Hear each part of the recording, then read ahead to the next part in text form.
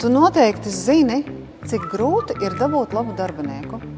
Un tu noteikti esi pieredzējis, cik vienkārši to ir pazaudēt. Un pats vienkāršākais veids, kā pazaudēt cilvēku, kas gadiem ir izcili vadījis procesus, paaugstināt par cilvēku vadītāju.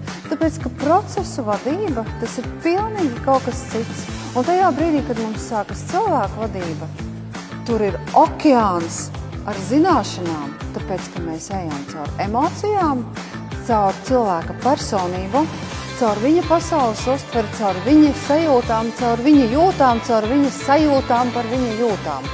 Nāc uz vadītāja ABC. Mēs runāsim ne tikai par pavisam praktiskām lietām, par deleģēšanu, par laika vadību, par komandas veidošanu un vadīšanu, bet arī par emocionālo inteliģenci, arī par neirolīderību, arī par harizmu un visām tām netvaramajām lietām, kas nepieciešamas cilvēku vadībai.